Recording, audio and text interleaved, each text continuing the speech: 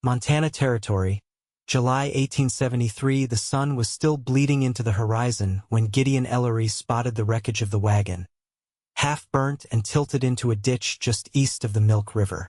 He pulled his horse to a stop, eyes narrowing. The smoke was faint but fresh, curling from the scorched canvas like a warning. He climbed down, rifle in hand, boots crunching through the dry grass.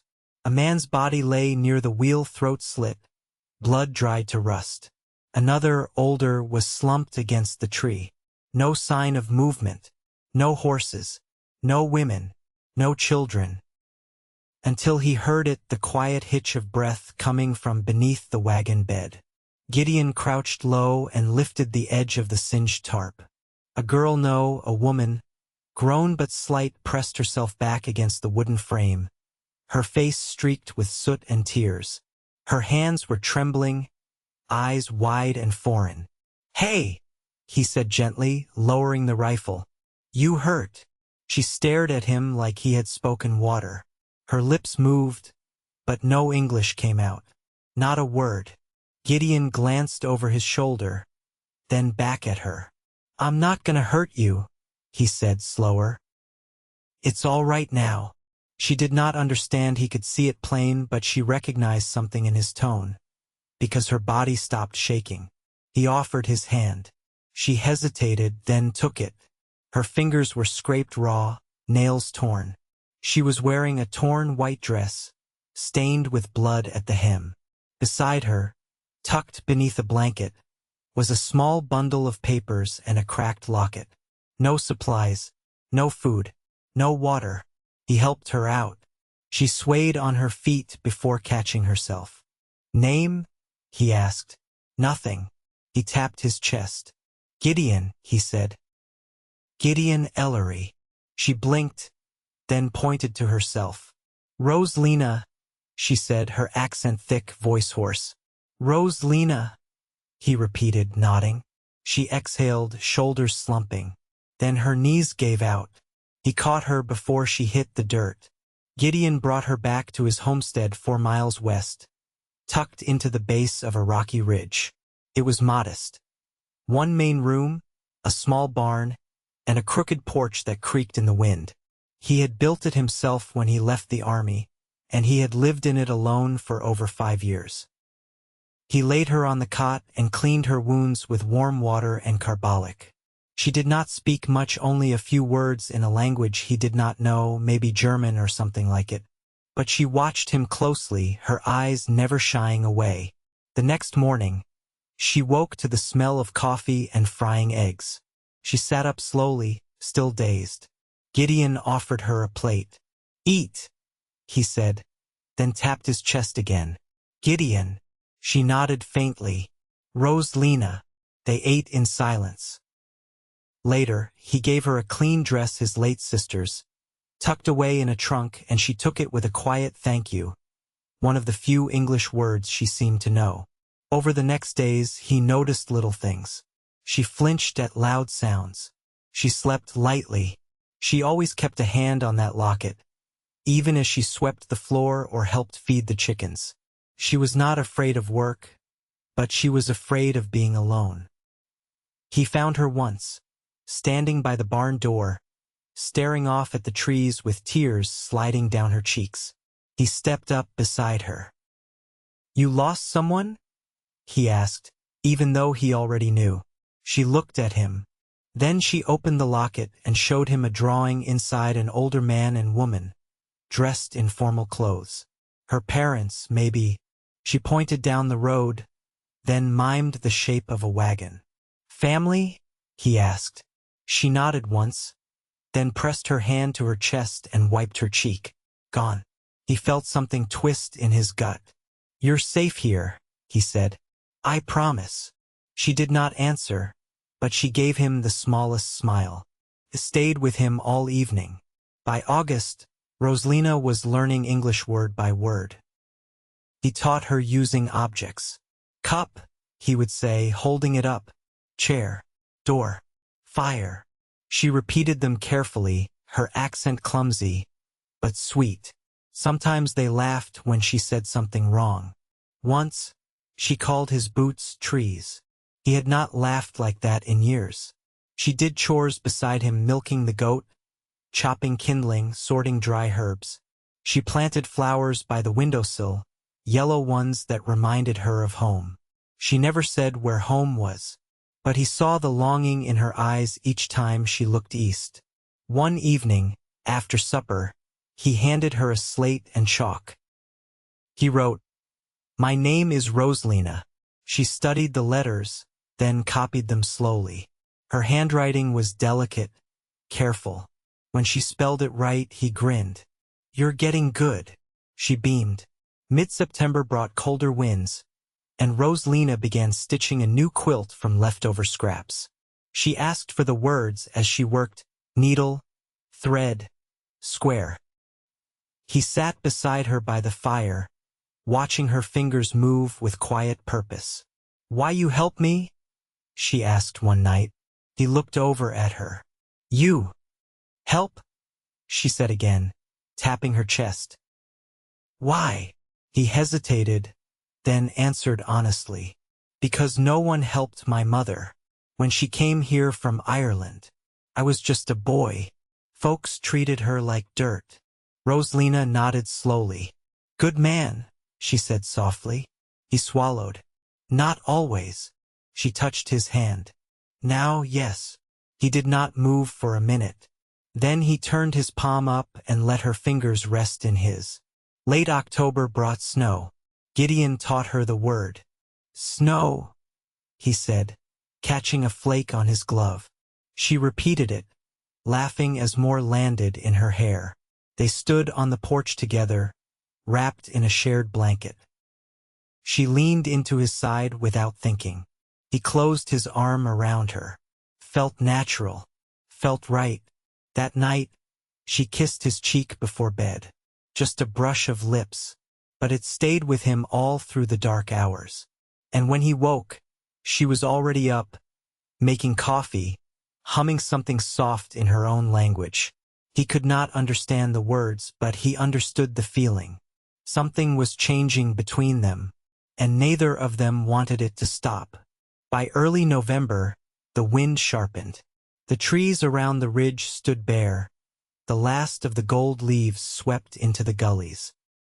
Roselina had taken to stacking firewood in small, even towers along the porch, her hands now sure in their work, her sleeves rolled above the wrist. She wore a shawl Gideon had given her, blue wool with fraying edges, and when she walked, the fringe swung just above the tops of her laced boots. One morning, she pointed to the barn and asked, "Inside?" He nodded. "Come on, then. You'll need gloves." She followed him through the frost, her breath rising in soft bursts. Inside the barn, the air was warmer, thick with the scent of hay, leather, and old pine.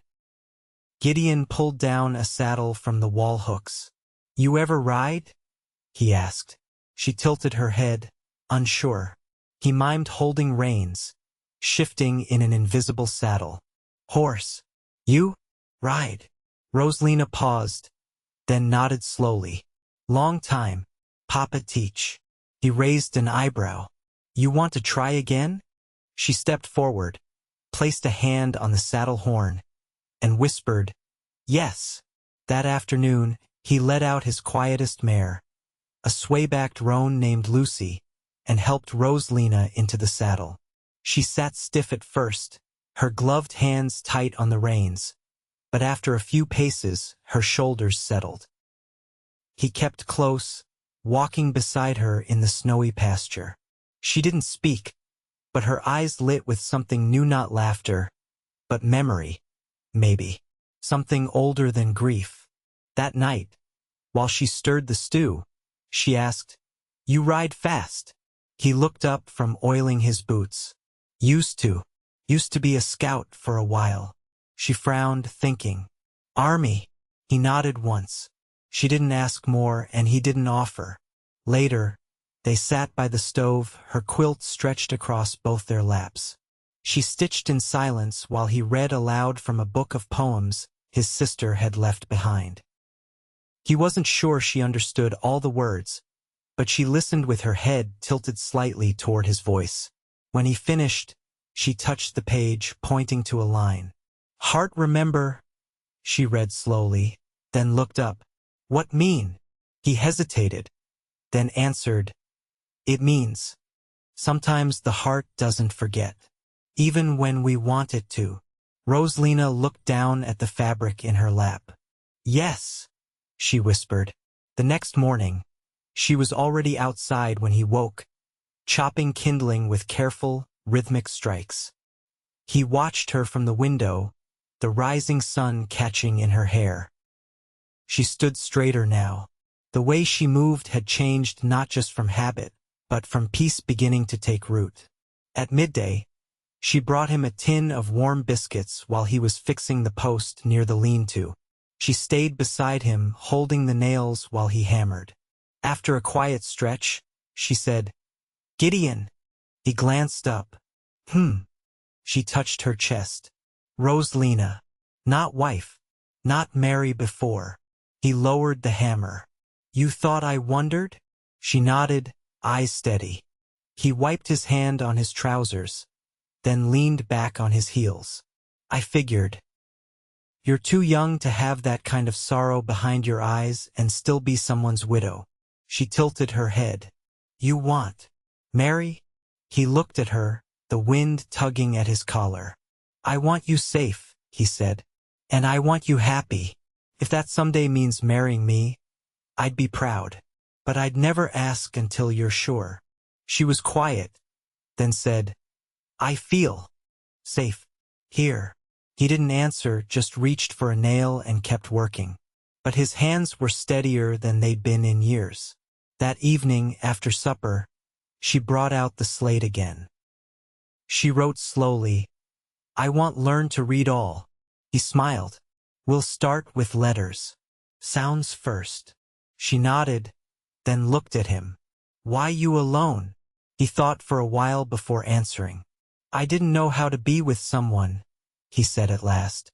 "Not back then. Too much noise in me. And now I know quiet doesn't mean empty." She didn't speak, but she set the chalk down and reached for his hand. He let her take it. Outside, the wind moved through the pine like a hush, not a howl. Inside, Roselina stood, took the candle from the table and said, "Come." He followed her to the doorway of her room. She turned, eyes holding his. "I sleep better," she said, "when you close." He looked at her, then stepped forward and touched her cheek with the back of his fingers. "I'll stay," he said, and he did. The first freeze settled hard that year. By mid-November, the ground was iron beneath their boots, and the creek behind the ridge ran beneath a skin of brittle ice. Gideon had taken to rising before dawn, lighting the fire while the sky lay still and violet. Roselina joined him now without prompting, her hair braided tight against the cold, her steps quiet but sure on the wood floor. One morning, as he poured hot water into the washtub, she came to his side with a bundle of worn men's shirts under her arm. She held one up, the collar torn. "You mend these?" she asked. He nodded. "If you want to. I like sewing. Makes me calm." She didn't wait for reply, just sat by the stove with needle and thread, her brow furrowed with concentration. By early afternoon, she had finished 3. She laid them out on the table beside his folded trousers and looked up. "You were alone long time." "I was." "You want children?" He hadn't expected the question, not in that moment. But he didn't turn from it. "I used to think about it. Then I stopped." She touched the fabric lightly, smoothing a crease. "I think about it now," she said quietly. He leaned against the doorframe, arms folded. "You miss having a family." She glanced at him. "I want to make one." The kettle whistled.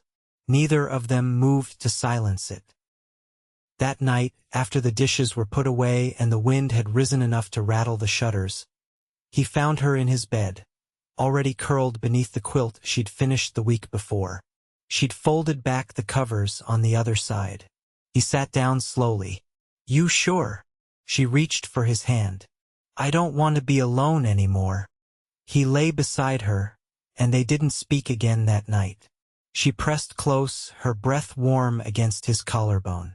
Sleep came to them both without effort. The next morning, she woke him with a kiss, soft and shy.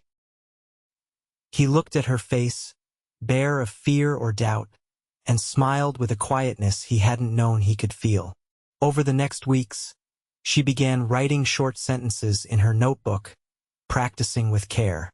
He brought her old newspapers and she pored over them, sounding out headlines and asking what certain words meant. Harvest, she read one morning. That's for crops, right? It means gathering what you grew. She tapped the page. We can do that next year. Together. He looked up from the harness he was mending. We will. She set the paper aside, brushing dust from the windowsill with a cloth. We should clear land behind barn. For Rose. He nodded, already picturing it. Spring thaw will start. She smiled faintly. I want to plant things that stay, not just for eating. He didn't press her to explain. He understood. One evening, while she was soaking beans by the stove, he brought a small box from the chest beneath his cot. He set it on the table beside her and opened it. Inside lay 2 rings, simple gold, dulled by years. They were my mother's, he said. She gave them to my sister, who never used them. Roselina looked at him, then down at the rings. You want to? If you do. She picked up the smaller one, turned it gently in her fingers. Yes. They married in December, in the small chapel 3 hours south, with snow thick on the pines and a preacher who didn't ask questions.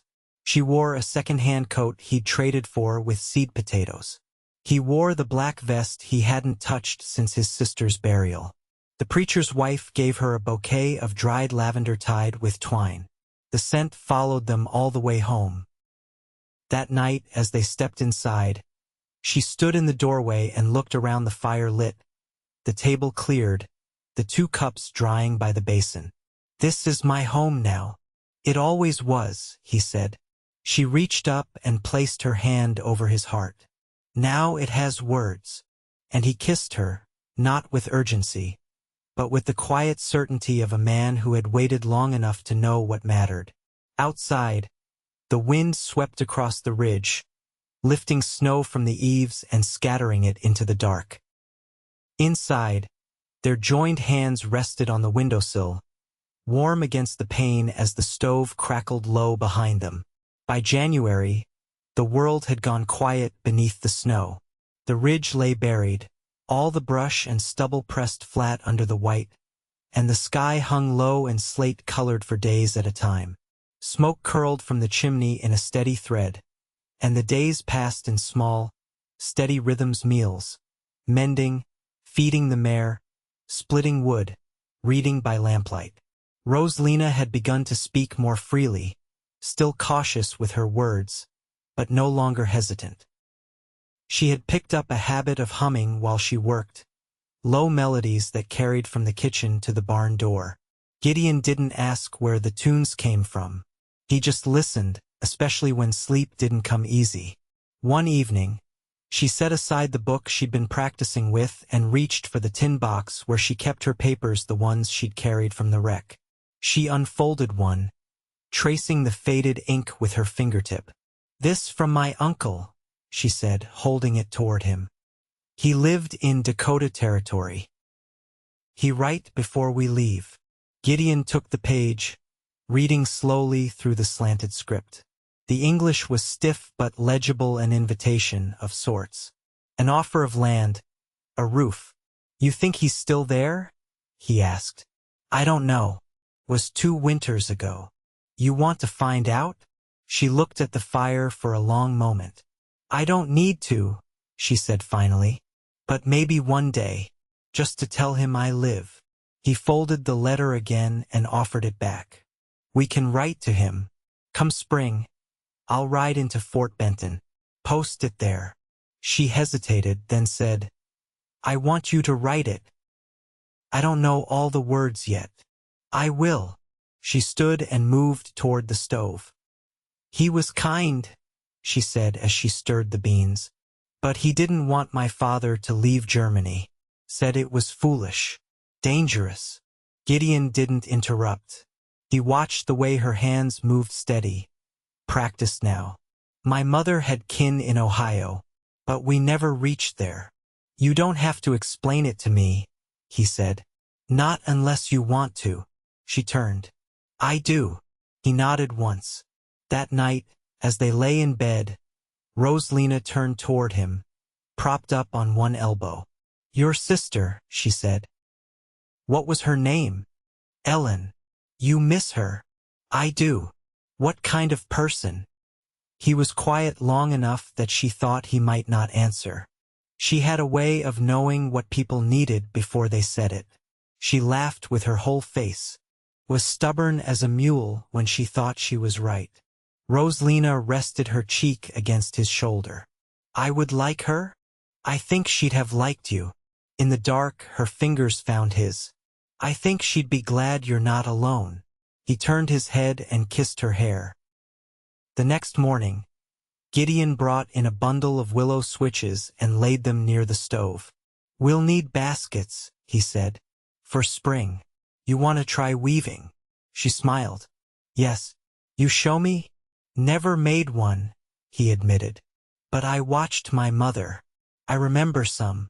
They soaked the branches in warm water, then sat cross-legged on the floor, working the pliant wood into shape. Her hands moved more surely than his, and by evening, she'd managed a small round basket with a twisted handle. I like this kind of work, she said, wiping her palms. It stays. You always liked things that last. She looked up. Because I had to leave too much. He gave a soft nod.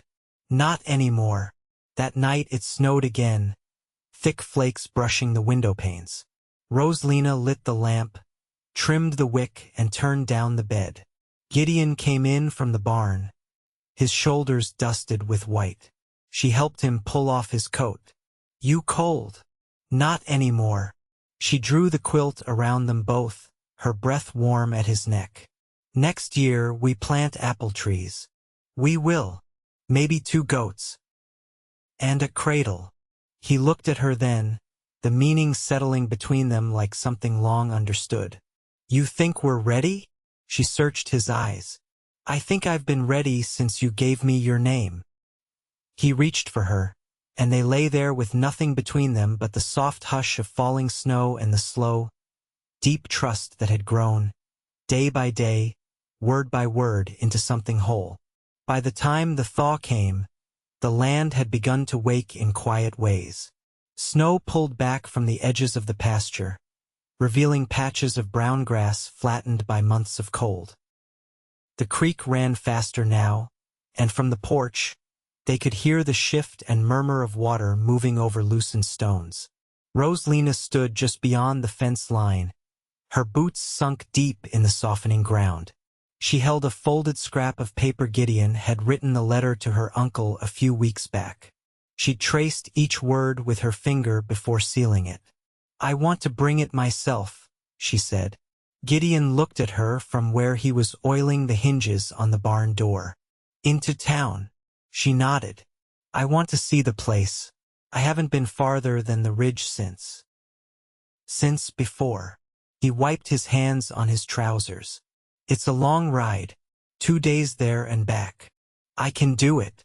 With you. He studied her a moment.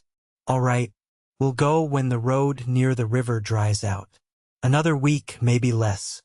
She smiled, then folded the letter again and slipped it into her coat pocket. They left at dawn 6 days later, the ground firm enough to ride without heavy slog. Gideon packed tins of beans, smoked pork, and a loaf Roselina had baked the day before. She tied her braid with a strip of red cloth and wore the shawl he'd reshaped into a riding cloak. They moved at a steady pace, Lucy carrying her easily, Gideon just ahead on Buck. They camped under a stand of cottonwoods the first night, the stars sharp and cold above them. She lay beside him beneath the blankets, her hand resting on his chest. "You ever think about leaving this place?" she asked. "Not lately. Before me." He thought for a moment. "There were times I wondered if I'd made a mistake settling so far out. But I didn't have anywhere else to go by then." She pressed her cheek against his shoulder. "Now I do." The next day they reached Fort Benton, the town busier than she expected. Wagons rattled down the main street, and the scent of horses and hot bread hung in the air. She stayed close to him, her hand tucked between his and his coat, but her eyes took in everything. In the post office, the clerk eyed the letter before nodding. "Dakota Territory. Might take a month or two, depending on the trail." "That's all right," Roselina said. Her voice was steady. They stopped by a general store after, where Gideon traded a pair of rabbit pelts for a spool of blue thread and a small tin of lemon lozenges. On the way out, she paused to study a row of seed packets near the door. "They have tomatoes," she said, surprised. He picked up a packet and handed it to her. "We'll try them this year." On the ride home, the sky turned warmer, the wind soft against their faces. They passed a herd of elk in the distance and crossed a patch of prairie where wild crocus had just begun to bloom. She leaned forward in her saddle, her eyes bright. "I feel like I'm seeing everything new," she said. "You are." Back at the homestead, the days began to stretch longer. They cleared a patch behind the barn and laid out rows in careful lines. Roselina planted beans, carrots, cabbage. Gideon dug holes for 2 apple saplings they'd brought back from town. She named them. "This one is Ellen," she said, patting the soil around the roots. "And this one is for my mother." He didn't answer, just leaned over and kissed her temple. By May, the garden had started to take. The goats arrived from a nearby rancher, a pair of does, both shaggy and mild-tempered. Roselina made a pen for them and named them quietly, names Gideon never asked her to explain. One afternoon, as she hung linens to dry, he came to her with a hand behind his back. "You said once you missed things that stayed," he said.